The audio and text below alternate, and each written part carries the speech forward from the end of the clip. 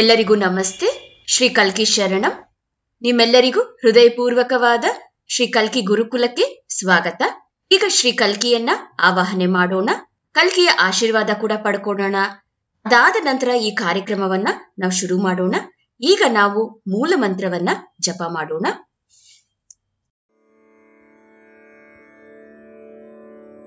ಓಂ ಶ್ರೀ ಸರ್ವದೇವ ಪರಂ ಕರುಣ ಪರಂ ಜ್ಯೋತಿ ನಮಃ. ಓಂ ಶ್ರೀ ಸರ್ವದೇವ ಪರಂ ಕರುಣ ಪರಂ ಜ್ಯೋತಿ ನಮಃ. ಓಂ ಶ್ರೀ ಸರ್ವದೇವ ಪರಂ ಕರುಣ ಪರಂ ಜ್ಯೋತಿ ನಮಃ.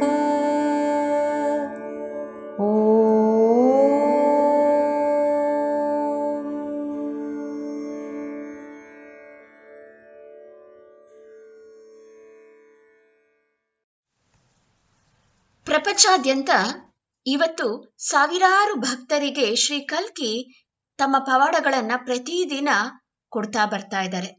ಅಂತ ಒಂದು ಪವಾಡ ಈಗ ನಾವು ನೋಡಕ್ಕೆ ಹೋಗೋಣ. ಆದ್ರೆ ಶ್ರೀ ಭಗವಾನ್ ಹೇಳ್ತಾರೆ, ಈ ಎಲ್ಲ ಪವಾಡಗಳು ಕೂಡ ಯಾವ ಒಂದು ಸಿದ್ಧಾಂತಗಳನ್ನ ಉಲ್ಲಂಘಿಸುತ್ತಿಲ್ಲ, ಆದ್ರೆ ಈ ಎಲ್ಲ ಪವಾಡಗಳು ಒಂದು ಉನ್ನತ ಸಿದ್ಧಾಂತವನ್ನ ಅನುಸರಿಸ್ತಾ ಇದೆ ಅಂತ ಹೇಳ್ತಾ ಇದ್ದಾರೆ. ಈ ಎಲ್ಲ ಪವಾಡಗಳ ಉದ್ದೇಶ ಏನಂತಂದ್ರೆ, ಯಾವಾಗ ನಮಗೆ ಈ ಪವಾಡಗಳನ್ನ ನಾವು ಅನುಭವಿಸ್ತೀವೋ, ನಾವು ಮನಸ್ಸಿನ ಹಿಡಿತದಿಂದ ನಾವು ಹೊರಗಡೆ ಬರಕ್ಕೆ ಸಾಧ್ಯ ಆಗತ್ತೆ. ಈಗ ಒಂದು ಪವಾಡ ನೋಡೋಣ. ಶ್ರೀಮೂರ್ತಿಯಿಂದ ವಿಭೂತಿ ಮತ್ತು ಒಂದು ಸಿಲ್ವರ್ ಕಾಯಿನ್ ಪ್ರತ್ಯಕ್ಷ ಆಗಿರುವಂತ ಒಂದು ಪವಾಡ ನೋಡೋಣ.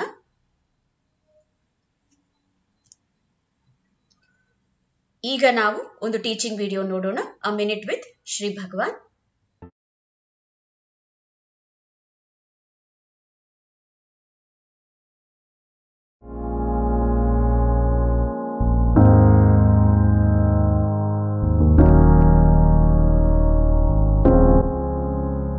Enlightenment happens, it is a benediction, and man is ready for it.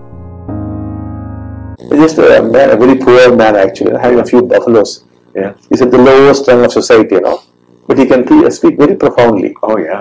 He has no education as such, no books on philosophy, nothing.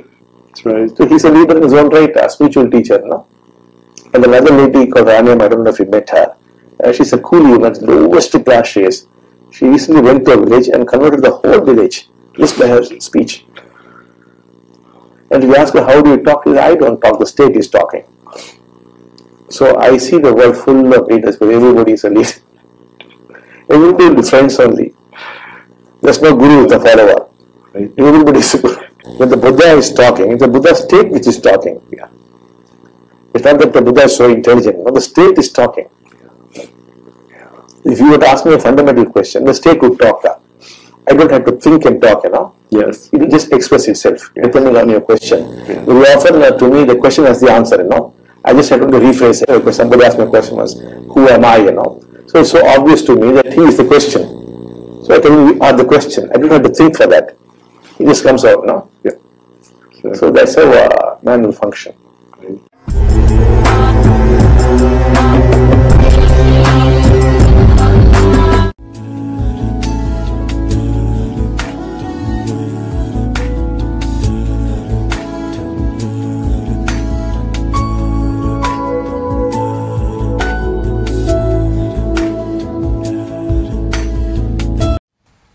Shri Bhagwan ಹೇಳ್ತಿದ್ದಾರೆ, enlightenment happens, it is a benediction and man is ready for it ಅಂತ ಹೇಳ್ತಿದ್ದಾರೆ. ಮುಕ್ತಿ ಅನ್ನೋದು ಜನರಿಗೆ ನಡೀತಾ ಇದೆ, ಅದೊಂದು ದೈವಾನುಗ್ರಹ ಮತ್ತು ಮನುಷ್ಯನು ಅದಕ್ಕೆ ತಯಾರಾಗಿದ್ದಾನೆ ಅಂತ ಹೇಳ್ತಾ ಇದ್ದಾರೆ. ಇಲ್ಲಿ ಭಗವಾನರು ಒಬ್ಬ ವ್ಯಕ್ತಿಯ ಒಂದು ಸ್ಥಿತಿಯನ್ನ ಹೇಳ್ತಾ ಇದ್ದಾರೆ. ಈ ವ್ಯಕ್ತಿ ಬಹಳ ಬಡವ, ಇವನು ಎಮ್ಮೆಯನ್ನ ಕಾಯ್ತಾ ಇರ್ತಾನೆ. ಇವನು ಸಮಾಜದಲ್ಲಿ ಅಷ್ಟೊಂದು ಉನ್ನತವಾದ ವ್ಯಕ್ತಿ ಅಲ್ಲ, ಆದ್ರೆ ಇವನಿಗೆ ಯಾವ ಒಂದು ಜ್ಞಾನ ಇಲ್ಲದೆ ಇದ್ರೂ ಕೂಡ ಟೀಚಿಂಗ್ಸ್ ಅನ್ನ ಬಹಳ ಚೆನ್ನಾಗಿ ಎಕ್ಸ್ಪೌಂಡ್ ಮಾಡ್ತಾನೆ. ಸೊ ಅವನಿಗೆ ಯಾವ ಪುಸ್ತಕ, ಫಿಲಾಸಫಿ ಅವನಿಗೇನೂ ಗೊತ್ತಿಲ್ಲ, but still he is A leader. ಅವನೇ ಒಂದು ಸ್ಪಿರಿಚುವಲ್ ಟೀಚರ್ ಅಂತ ಹೇಳ್ತಾ ಇದ್ದಾರೆ. ಇನ್ನೊಂದು ಲೇಡಿ ಇದ್ದಾರೆ, ಇವ್ರ ಹೆಸರು ರಾಣಿಯಮ್ಮ ಅಂತ. ಇವರು ಬಂದು ಒಂದು ಕೂಲಿ ಕೆಲಸ ಮಾಡುವಂತ ಹೆಂಗಸರು. ಆದ್ರೆ ಇವರು ಒಂದು ವಿಲೇಜ್ಗೆ ಹೋಗ್ಬಿಟ್ಟು ಎಲ್ಲರನ್ನ ಧರ್ಮದಲ್ಲಿ ಕನ್ವರ್ಟ್ ಮಾಡ್ಬಿಟ್ಟಿದ್ದಾರೆ. ಜಸ್ಟ್ ಅವರ ಒಂದು ಸ್ಪೀಚ್ ಅನ್ನ ಕೇಳಿ, ಅವರ ಭಾಷಣ ಕೇಳಿ ಎಲ್ಲರೂ ಕೂಡ ಆ ಭಕ್ತಿ ಅನ್ನೋದು ಬಂದ್ಬಿಡ್ತು. ಸೊ ಯಾರಾದ್ರೂ ಅವ್ರನ್ನ ಕೇಳಿದ್ರೆ, ಹೇಗಮ್ಮ ಇಷ್ಟು ಚೆನ್ನಾಗಿ ಮಾತಾಡ್ತಾ ಇದೀಯ ನೀನು ಅಂತ ಯಾರಾದ್ರೂ ಕೇಳಿದ್ರೆ ಆಕೆ ಹೇಳ್ತಾರೆ, ನಾನ್ ಮಾತಾಡ್ತಾ ಇಲ್ಲ, ನನ್ನ ಸ್ಥಿತಿ ಮಾತಾಡ್ತಾ ಇದೆ ಅಂತ. ಸೊ ಹಾಗೆ ನೋಡಿದ್ರೆ ಇಡೀ ಪ್ರಪಂಚದಲ್ಲಿ ಎಷ್ಟೋ ಲೀಡರ್ಸ್ ಇದ್ದಾರೆ. ಸೊ ಎಲ್ಲರೂ ಎಲ್ಲರ ಜೊತೆಗೆ ಮಿತ್ರತೆಯನ್ನ ಇದ್ದಾರೆ. ಇಲ್ಲಿ ಯಾವ ಒಂದು ಗುರು ಅನ್ನೋರು ಇರಲ್ಲ, ಯಾರ ಒಂದು ಶಿಷ್ಯರು ಅನ್ನೋದು ಕೂಡ ಇಲ್ಲ. ಪ್ರತಿಯೊಬ್ರು ಕೂಡ ಗುರುನೇ ಅಂತ ಹೇಳ್ತಿದ್ದಾರೆ. ಇವತ್ತು ಬುದ್ಧರು ಮಾತಾಡ್ತಿರ್ಬೇಕಾದ್ರೆ ಬುದ್ಧ ಮಾತಾಡ್ತಿರ್ಲಿಲ್ಲ, ಅವರ ಸ್ಥಿತಿ ಮಾತಾಡ್ತಾ ಇತ್ತು. ಬುದ್ಧ ಇಂಟೆಲಿಜೆಂಟ್ ಅಂತ ನಾವು ಹೇಳಕ್ ಆಗೋದಿಲ್ಲ, ಆದ್ರೆ ಅವರ ಸ್ಥಿತಿನೇ ಮಾತಾಡ್ತಾ ಇತ್ತು. ಸೊ ಇವತ್ತು ನೀವು ನನ್ನನ್ನ ಕೇಳಿದ್ರೆ ಏನಾದ್ರೂ ಫಂಡಮೆಂಟಲ್ ಕ್ವೆಶನ್ಸು, ನಾನು ಥಿಂಕ್ ಮಾಡಿ ಆನ್ಸರ್ ಮಾಡೋದಿಲ್ಲ, ನಾನು ಜಸ್ಟ್ ಹಾಗೇ ಎಕ್ಸ್ಪ್ರೆಸ್ ಮಾಡ್ತೀನಿ. ಇವತ್ತು ಎಷ್ಟೋ ಸಾರಿ ನೀವು ಪ್ರಶ್ನೆಯನ್ನ ಕೇಳ್ತಿರ್ತೀರಾ, ಆ ಪ್ರಶ್ನೆಯಲ್ಲೇ ನಾನು ಎಷ್ಟೋ ಸಾರಿ ಉತ್ತರ ನೋಡ್ತೀನಿ, ಜಸ್ಟ್ ಅದನ್ನ ರೀಫ್ರೇಸ್ ಮಾಡ್ತೀನಿ ಅಷ್ಟೇ. ಈಗ ಸಪೋಸ್ ಯಾರಾದ್ರೂ ಕೇಳಿದ್ರೆ ಹೂ ಆಮ್ ಐ ಅಂತ ಕೇಳಿದ್ರೆ ನಾನೇನು ಹೇಳ್ತೀನಿ, ಆ ಕ್ವೆಶನ್ನೇ ನೀವು ಅಂತ ಹೇಳ್ತೀನಿ, ನೀವೇ ಆ ಕ್ವೆಶನ್ ಅಂತ. ಸೊ ಅಲ್ಲಿ ನಾನು ಯೋಚನೆ ಮಾಡೋದು ಏನೂ ಇರೋದಿಲ್ಲ. ಸೊ ಯೋಚನೆ ಮಾಡಿ ನಾನು ಆ ರೀತಿ ಕೆಲಸ ಮಾಡ್ತಾ ಇಲ್ಲ, ಅದು ನ್ಯಾಚುರಲ್ ಆಗಿ ನನ್ನ ಸ್ಥಿತಿ ಮಾತಾಡ್ತಾ ಇದೆ ಅಂತ ಹೇಳ್ತಿದ್ದಾರೆ. ಸೊ ಇದು ಶ್ರೀ ಭಗವಾನರ ಈ ಮೊದಲನೇ ಉತ್ತರ. ಈಗ ನಾವು ಎರಡನೇ ವಿಡಿಯೋ ನೋಡೋಣ, the way of enlightened one.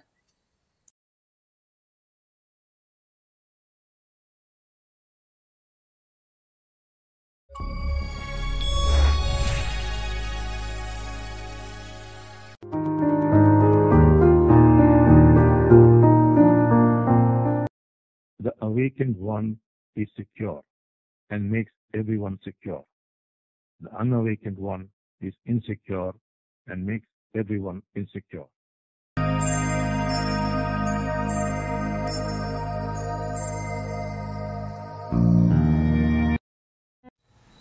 ಒಬ್ಬ ಮುಕ್ತನು ಎಲ್ಲರನ್ನ ಸೆಕ್ಯೂರ್ ಆಗಿ ನೋಡ್ಕೊಳ್ತಾನೆ ಮತ್ತೆ ಎಲ್ಲರಿಗೂ ಭದ್ರತೆಯನ್ನ ಕೊಡ್ತಾನೆ.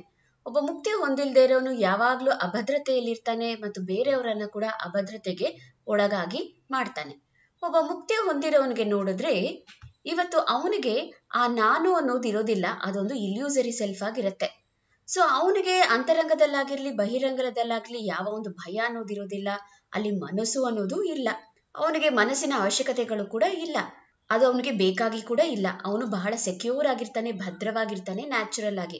ಸೊ ಯಾವಾಗ ಒಂದು ಮನುಷ್ಯನು ಅವನ ಒಳಗಡೆ ಅವನು ಸೆಕ್ಯೂರ್ ಆಗಿ ಭದ್ರತೆಯಿಂದ ಇರ್ತಾನೋ ಇತರರನ್ನು ಕೂಡ ಅವನು ಚೆನ್ನಾಗಿ ನೋಡ್ಕೊಳ್ತಾನೆ.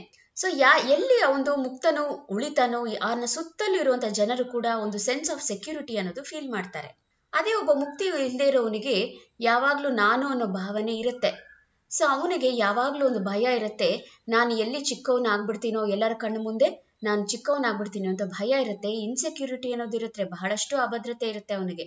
ಅದ್ ಮಾತ್ರ ಅಲ್ಲ, ಅವನು ಅಭದ್ರತೆಯಿಂದ ಫೀಲ್ ಆಗೋದು ಮಾತ್ರ ಅಲ್ಲ, ಎಲ್ಲರನ್ನು ಕೂಡ ಹಾಗೆ ಫೀಲ್ ಮಾಡ್ತಾನೆ. ಸಪೋಸ್ ಈಗ ಅತ್ತೆ ಇದ್ದಾರೆ, ಸೊಸೆ ಇದ್ದಾರೆ.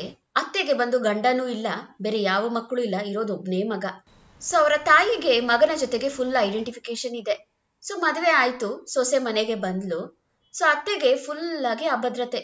ಅಯ್ಯಯ್ಯೋ, ಎಲ್ಲಿ ಮದುವೆ ಆದ ನಂತರ ನನ್ನ ಮಗನನ್ನ ನನ್ನ ಸೊಸೆ ತಗೊಂಡು ಹೊಟ್ಟೋಗ್ತಾಳೆ ಅಂತ ಹೇಳಿ ಫುಲ್ ಇನ್ಸೆಕ್ಯೂರಿಟಿ. ಸೊ ಆ ಅಭದ್ರತೆಯಿಂದ ಏನ್ ಮಾಡ್ತಾಳೆ, ಅತ್ತೆ ಬಂದು ಸೊಸೆನ ಕಂಟಿನ್ಯೂಸ್ ಆಗಿ ನಿನಗಿಂತ ನನ್ನ ಮಗನ ಮೇಲೆ ಅಧಿಕಾರ ನನಗೆ ಜಾಸ್ತಿ ಇದೆ ಅಂತ ಹೇಳಿ ಸೊಸೆಯನ್ನ ಡಾಮಿನೇಟ್ ಮಾಡ್ತಾ ಇರ್ತಾಳೆ. ಇವತ್ತು ಏನಾಗೋಗುತ್ತೆ, ಸೊಸೆನ ಯಾವಾಗ ಅತ್ತೆ ಡಾಮಿನೇಟ್ ಮಾಡ್ತಾ ಇರ್ತಾಳೋ ಸೊಸೆ ಕೂಡ ಅಭದ್ರತೆಯಲ್ಲಿ ಒಳಗಾಗ್ತಾಳೆ. ಓಹೋ, ನನ್ನ ಸ್ಥಾನ ಇಷ್ಟೇ ಅಂತ. ಸೊ ಮುಕ್ತಿ ಹೊಂದೋ ತನಕ ಯಾವಾಗ ನಾವು ಅಭದ್ರತೆಯಿಂದ ಇರ್ತೀವೋ, ಇನ್ಸೆಕ್ಯೂರ್ ಆಗಿರ್ತೀವೋ, ನಾವು ಇತರರಿಗೆ ಕೂಡ ಇನ್ಸೆಕ್ಯೂರಿಟಿಯನ್ನ ಕೊಡ್ತಾ ಇರ್ತೀವಿ. ಸೊ ಮುಕ್ತರ ಆದ ನಂತರ ಈ ಇನ್ಸೆಕ್ಯೂರಿಟಿ ಅನ್ನೋ ಸಮಸ್ಯೆ, ಈ ಅಭದ್ರತೆ ಅನ್ನೋ ಸಮಸ್ಯೆ ಇರಲ್ಲ ಅಂತ ಹೇಳ್ತಾ ಇದ್ದಾರೆ. ಸೊ ಇದು ಈ ಟೀಚಿಂಗಿನ ಅರ್ಥ. ಈಗ ನಾವು ಇನ್ನೊಂದು ಟೀಚಿಂಗ್ ವಿಡಿಯೋ ನೋಡೋಣ, ಟೈಮ್ಲೆಸ್ ಇನ್ಸೈಟ್ಸ್.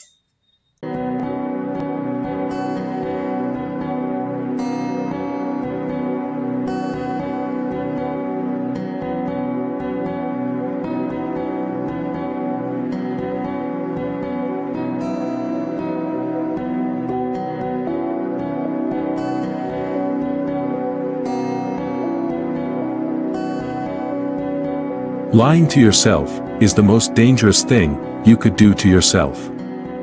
Sri Bhagwan.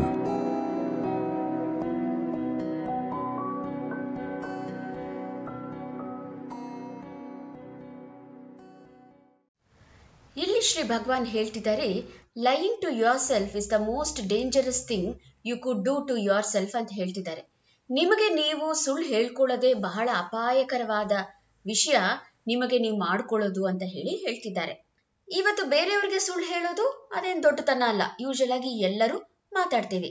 ಯಾವಾಗ ನಾವು ಹೊರಗಡೆ ಏನಾದ್ರೂ ಒಂದು ಸುಳ್ಳನ್ನು ಹೇಳಿಕೊಂಡಾಗ ಅರ್ಥ ಏನು, ನಮ್ಮೊಳಗಡೆ ನಾವು ಕೂಡ ನಮಗೆ ನಾವು ಸುಳ್ಳು ಹೇಳ್ಕೊಳ್ತಾ ಇದ್ದೀವಿ. ನಾವು ಹೊರಗಡೆ ಒಂದು ಸುಳ್ಳು ಹೇಳ್ತೀವಿ ಅಂತ ಅನ್ಕೊಳ್ಳಿ, ಒಳಗಡೆ 1000 ಸುಳ್ಳುಗಳನ್ನು ನಾವು ಹೇಳ್ಕೊಳ್ತಾ ಇದ್ದೀವಿ.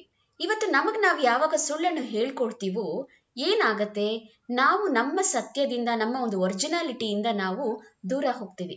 ಸಪೋಸ್ ಇವತ್ತು ನೀವು ಒಂದು ಕಂಪನಿಲಿ ಕೆಲಸ ಮಾಡ್ತಾ ಇದ್ದೀರಾ, ನೀವು ಯಾವಾಗ್ಲೂ ಸ್ಟ್ರೆಸ್ಡ್ ಆಗಿರ್ತೀರಾ. ಸೊ ನಿಮ್ಮ ಕೆಳಗಡೆ ಇರೋರ ಹತ್ರ ಎಲ್ಲ ನೀವು ಕಿರ್ಚಾಡ್ತಾ ಇರ್ತೀರಾ, ಅದರಿಂದ ಹೆಲ್ತ್ ಪ್ರಾಬ್ಲಮ್ಸು ಬರುತ್ತೆ ಅಂಡ್ ನೀವು ಕ್ರಿಯೇಟಿವ್ ಆಗಿ ಕೂಡ ಇರಕ್ಕಾಗ್ತಾ ಇಲ್ಲ.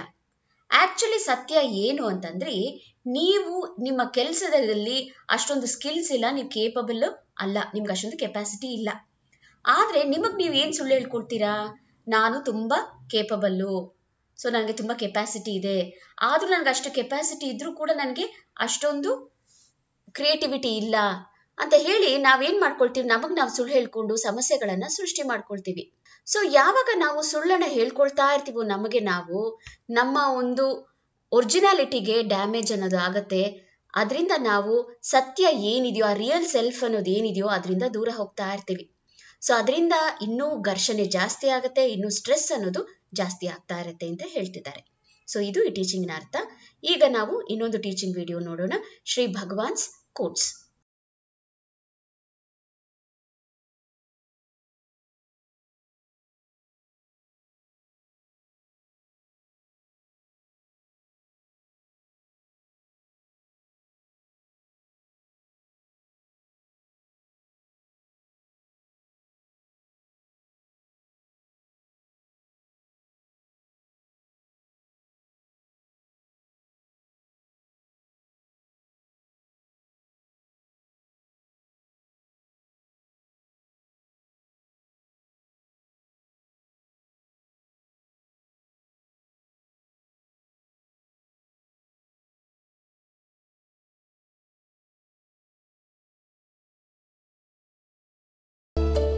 ಇಲ್ಲಿ ಶ್ರೀ ಭಗವಾನ್ ಹೇಳ್ತಿದ್ದಾರೆ, your reactions reflect your emotional state and conditioning ಅಂತ ಹೇಳ್ತಿದ್ದಾರೆ. ಇವತ್ತು ನಿಮ್ಮ ಒಳಗಡೆ ಇರುವಂತಹ ಭಾವಾತ್ಮಕ ಸ್ಥಿತಿ ಮತ್ತು ನಿಬಂಧನೆಗಳು, ಅದೇ ಇವತ್ತು ನೀವು ಹೊರಗಡೆ ಯಾವ ರೀತಿಯಿಂದ ನೀವು ವರ್ತಿಸ್ತೀರಾ ಅದರ ಮೇಲೆ ಆಧಾರ ಪಟ್ಟಿದೆ ಅಂತ ಹೇಳಬಹುದು. ಸೊ 2 ಭಾವಾತ್ಮಕ ಸ್ಥಿತಿಗಳಿದೆ, 2 ಇಮೋಷನಲ್ ಸ್ಟೇಟ್ಸ್ ಇದೆ. ಒಂದು ಬಂದು ಬ್ರೇಕ್ ಥ್ರೂ ಸ್ಟೇಟ್, ಇನ್ನೊಂದು ಬ್ರೇಕ್ ಡೌನ್ ಸ್ಟೇಟ್. ಸಪೋಸ್ ನೀವು ವರ್ಲ್ಡ್ಸ್ ಬೆಸ್ಟ್ ಕಾರ್ ನೀವು ಡ್ರೈವ್ ಮಾಡ್ತಾ ಇದ್ದೀರಾ ಅಂತ ಅನ್ಕೊಳ್ಳಿ. ಅಂತರಂಗದಲ್ಲಿ ಡಿಪ್ರೆಷನ್ ಇತ್ತು ಅಂತ ಅನ್ಕೊಳ್ಳಿ. ನಿಜವಾಗ್ಲೂ ಆ ಕಾರ್ ರೈಡ್ ಅನ್ನ ನೀವು ಎಂಜಾಯ್ ಮಾಡಕ್ಕಾಗತ್ತಾ? ಇಲ್ಲ.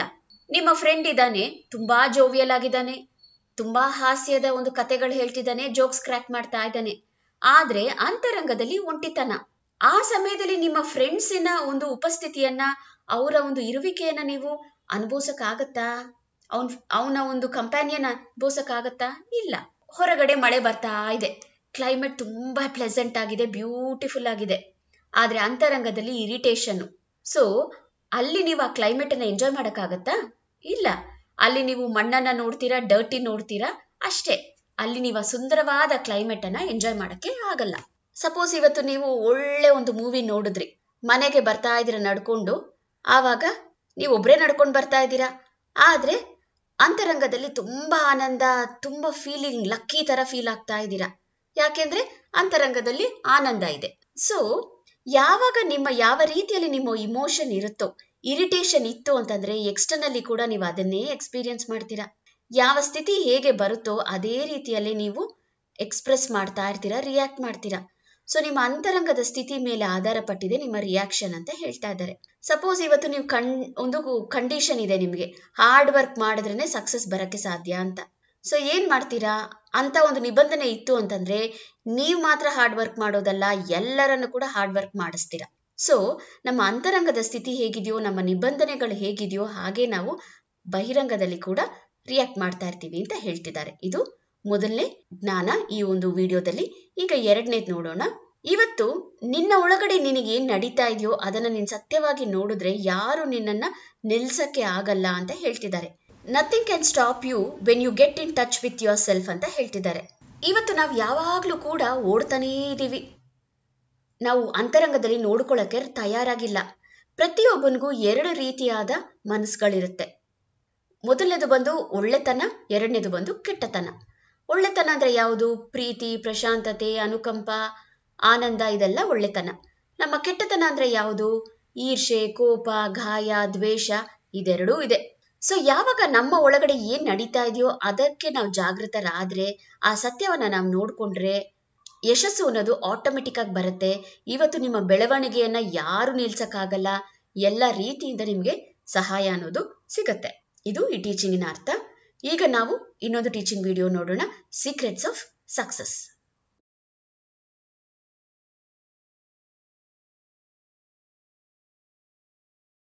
Secrets of Success.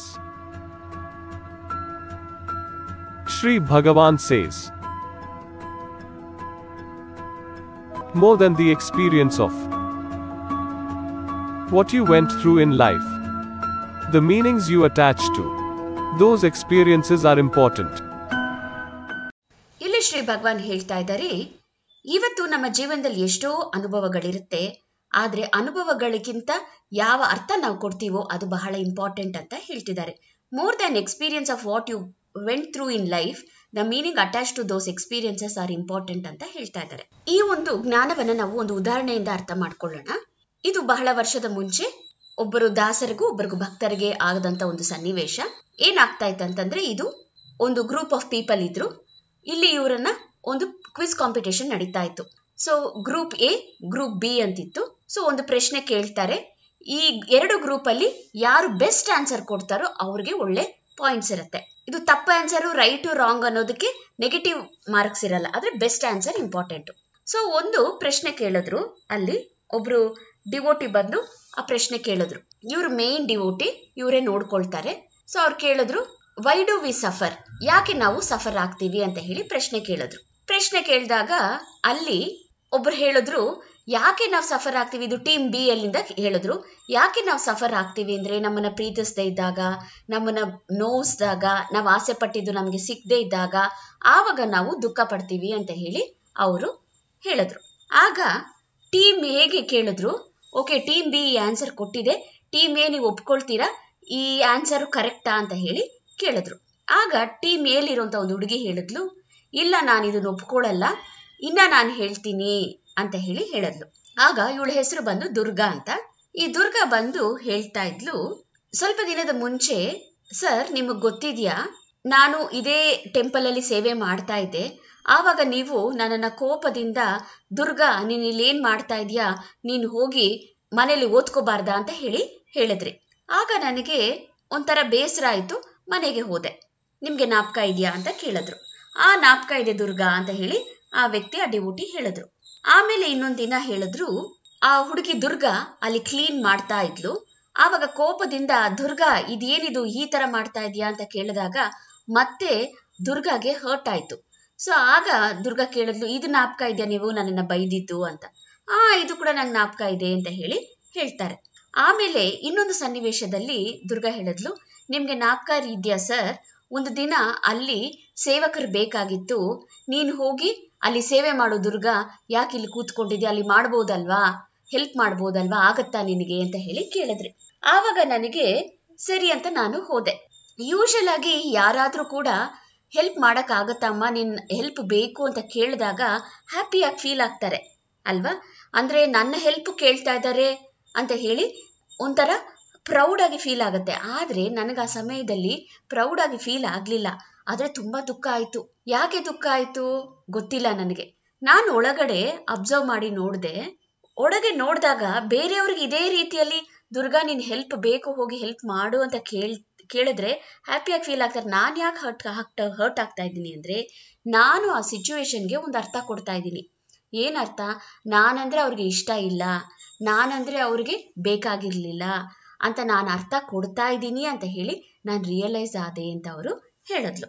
ಸೊ ಹಾಗೆ ಇವತ್ತು ಈ ಟೀಚಿಂಗ್ ಅರ್ಥ ಏನಂತಂದ್ರೆ, ಆ ಹುಡುಗಿ ಹೇಗೆ ಅಂದ್ರೆ ತುಂಬಾ ಡೀಪ್ ಆಗಿ ಕಾಂಟಂಪ್ಲೇಟ್ ಮಾಡ್ತಾಳೆ. ಯಾವುದೇ ಒಂದು ಸಿಚುವೇಶನ್ ಕೊಟ್ಟರು ಕೂಡ ಅದನ್ನ ಮನೆಗೆ ಹೋಗಿ ಡೀಪ್ ಆಗಿ ಕಾಂಟಂಪ್ಲೇಟ್ ಮಾಡ್ತಾಳೆ.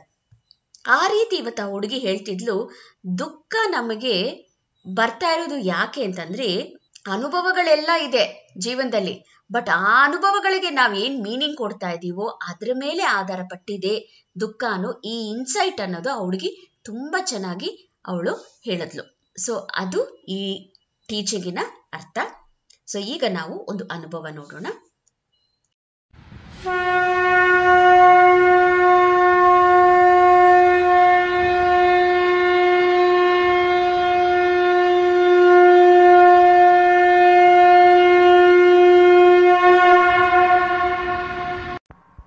ಇಂದಿನ ಶ್ರೀ ಕಲ್ಕಿಯ ಪವಾಡ. ಇದು ತಮಿಳುನಾಡಿನ ಚೆನ್ನೈನ ಆರ್.ಕೆ. ಲಕ್ಷ್ಮಿ ಅವರಿಗೆ ಆದಂತಹ ಅನುಭವ. ಅವರು ಹೀಗೆ ಹೇಳುತ್ತಾರೆ: 74,000 ದೀಕ್ಷಾ ಯಜ್ಞಗಳು, ಹೋಮಗಳು ಮತ್ತು ಸಾಕ್ಷಾತ್ಕಾರ ಪ್ರಕ್ರಿಯೆಗಳ ನಂತರದ ನನ್ನ ಜೀವನವು ಭವ್ಯವಾಗಿದೆ. ನನಗೆ ತುಂಬಾ ಭಯ, ವೇಗದ ಭಯ, ದೊಡ್ಡ ಶಬ್ದಗಳ ಭಯ, ಹಲವಾರು ಸಣ್ಣ ವಿಷಯಗಳಲ್ಲಿಯೂ ಭಯ. ಆ ಎಲ್ಲಾ ಭಯಗಳು ಹೇಗೆ ಉಂಟಾಗುತ್ತಿವೆ ಎಂದು ನನಗೆ ಗೊತ್ತಿಲ್ಲ, ಆದರೆ ಈಗ ಸಂಪೂರ್ಣವಾಗಿ ಮಾಯವಾಗಿವೆ. ಮನಸ್ಸು ಬಹುತೇಕ ಸಂಪೂರ್ಣವಾಗಿ ಸ್ತಬ್ಧಗೊಂಡಿದೆ ಮತ್ತು ಬರುವ ಚಿಕ್ಕ ಆಲೋಚನೆಗಳು ಸಹ ತಮ್ಮ ಪ್ರವೇಶದ ವೇಗವನ್ನು ನಿಧಾನಗೊಳಿಸಿವೆ. ಅಡುಗೆ ಮಾಡುವುದು ಅಥವಾ ತಿನ್ನುವುದು ಅಥವಾ ನಡಿಗೆಯಂತಹ ಅತ್ಯಂತ ಸಾಮಾನ್ಯವಾದ ಘಟನೆಗಳು ಸಹ ತುಂಬಾ ತೀವ್ರವಾದ ಅನುಭವಗಳಾಗಿ ಮಾರ್ಪಟ್ಟಿವೆ ಮತ್ತು ಸಂತೋಷವನ್ನು ತುಂಬುತ್ತಿವೆ. ಅನೇಕ ಬಾರಿ ನಾನು ಏನಿದೆಯೋ ಅದರೊಂದಿಗೆ ಏಕತೆಯಲ್ಲಿ ಇರುತ್ತೇನೆ. ಹುಲ್ಲುಕಡ್ಡಿಯ ಮೇಲೆ ಮುಂಜಾನೆಯ ಇಬ್ಬನಿಯನ್ನು ನೋಡಿ ಆನಂದಿಸುತ್ತಿದ್ದೆ, ಆದರೆ ಈಗ ನಾನೇ ಆ ಸ್ಫಟಿಕದ ಇಬ್ಬನಿಯಾಗಿ ಅಥವಾ ಹುಲ್ಲಿನ ಹಸಿರಾಗಿರುವ ಅನುಭವವನ್ನು ಹೊಂದಿದ್ದೇನೆ. ಆಗಾಗ್ಗೆ ಈ ಅನುಗ್ರಹದ ಬಗ್ಗೆ ಯೋಚಿಸುತ್ತಿರುವಾಗ ನನ್ನ ಪ್ರೀತಿಯ ಶ್ರೀ ಕಲ್ಕಿಯವರ ಉಪಸ್ಥಿತಿ ಮತ್ತು ಆಶೀರ್ವಾದವನ್ನು ಆನಂದಿಸುವಾಗ ನಾನು ರೋಮಾಂಚನಗೊಳ್ಳುತ್ತೇನೆ. ಐಶ್ವರ್ಯ ಚೈತನ್ಯವು ಅಗಾಧವಾಗಿ ಬೆಳೆದಿದೆ. ನಾನು ಅಕ್ಷರಶಃ ರಾಣಿಯಂತೆ ಭಾವಿಸುತ್ತಿದ್ದೇನೆ. ಆರೋಗ್ಯದಲ್ಲಿ ಅಲ್ಲೊಂದು ಮತ್ತು ಇಲ್ಲೊಂದು ಕೆಲವು ತೊಂದರೆಗಳಿವೆ, ಆದರೆ ಒಟ್ಟಾರೆಯಾಗಿ ನಾನು ದೈಹಿಕವಾಗಿ ದೃಢವಾಗಿ ಮತ್ತು ಭಾವನಾತ್ಮಕವಾಗಿ ಪ್ರಶಾಂತವಾಗಿದ್ದೇನೆ. ಬಾಂಧವ್ಯಗಳಿಗೆ ಸಂಬಂಧಿಸಿದಂತೆ ನಾನು ಎಲ್ಲರೊಂದಿಗೆ ಒಂದಾಗಿದ್ದೇನೆ. ನನ್ನ ಕುಟುಂಬದ ವ್ಯಾಪ್ತಿಯು ಭೂಮಿಯ ಮೇಲಿರುವ ಪ್ರತಿಯೊಂದು ಜೀವಿಗಳನ್ನು ಒಳಗೊಂಡಿರುವಂತೆ ವಿಸ್ತರಿಸಿದೆ. ಸೂರ್ಯ, ಚಂದ್ರ, ನಕ್ಷತ್ರಗಳು, ಗಾಳಿ, ನೀರು ಎಲ್ಲವೂ ಈಗ ನಾನೇ ಎಂದು ತೋರುತ್ತಿದೆ. ನೀರಸವಾಗಿದ್ದ ಜೀವನವು ಈಗ ಆಸಕ್ತಿದಾಯಕ ಚಟುವಟಿಕೆಯಿಂದ ತುಂಬಿದ ಅದ್ಭುತವಾಗಿದೆ. ಜನರು ನನ್ನನ್ನು ಹೆಚ್ಚು ಇಷ್ಟಪಡುತ್ತಿದ್ದಾರೆಂದು ತೋರುತ್ತಿದೆ ಮತ್ತು ಎಲ್ಲವೂ ತುಂಬಾ ಸುಂದರವಾಗಿ ನಡೆಯುತ್ತಿದೆ. ಕೊನೆಯದು ಆದರೆ ಕನಿಷ್ಠವಲ್ಲ, ನಾನು ನನ್ನ ಜೀವನದ ಪ್ರತಿಯೊಂದನ್ನು ಆಳವಾದ ತೃಪ್ತಿಯ ಭಾವದಿಂದ ಆನಂದಿಸುತ್ತಿದ್ದೇನೆ ಮತ್ತು ಈ ನಾನುವನ್ನಾಗಿ ನನ್ನನ್ನು ಆಶೀರ್ವದಿಸಿದ ನನ್ನ ಮಹಾನ್ ದೈವಿಕ ಪೋಷಕರಾದ ಶ್ರೀ ಅಮ್ಮ ಭಗವಾನ್ ಕಿ ಜೈ. ಈ ಅದ್ಭುತ ಪ್ರಯಾಣದ ಉದ್ದಕ್ಕೂ ಮಾರ್ಗದರ್ಶನ ಮತ್ತು ಆಶೀರ್ವಾದಗಳಿಗಾಗಿ ಶ್ರೀ ಕಲ್ಕಿಗೆ ನನ್ನ ಹೃತ್ಪೂರ್ವಕ ಕೃತಜ್ಞತೆಗಳು. ಶ್ರೀ ಕಲ್ಕಿ ನಿಮಗೆ ಅನಂತ ಧನ್ಯವಾದಗಳು. ಇಷ್ಟು ಅದ್ಭುತವಾದ ಪವಾಡವನ್ನ ಈಗ ನಾವು ನೋಡಿದ್ವಿ. ಈಗ ನಾವು ಪ್ರಾರ್ಥನೆ ಮಾಡೋಣ. ಈ ಎಲ್ಲ ಬೋಧನೆಗಳು ನಮ್ಮ ಜೀವನದಲ್ಲಿ ವಾಸ್ತವವಾಗಬೇಕು, ಅದು ರಿಯಲೈಸೇಷನ್ ರೂಪದಲ್ಲಿ ನಮಗೆ ಆಗ್ಬೇಕಂತ ಹೇಳಿ ನಾವು ಪ್ರಾರ್ಥನೆ ಮಾಡಿ ಈ ಭಜನೆಯಲ್ಲಿ ಭಾಗವಹಿಸೋಣ.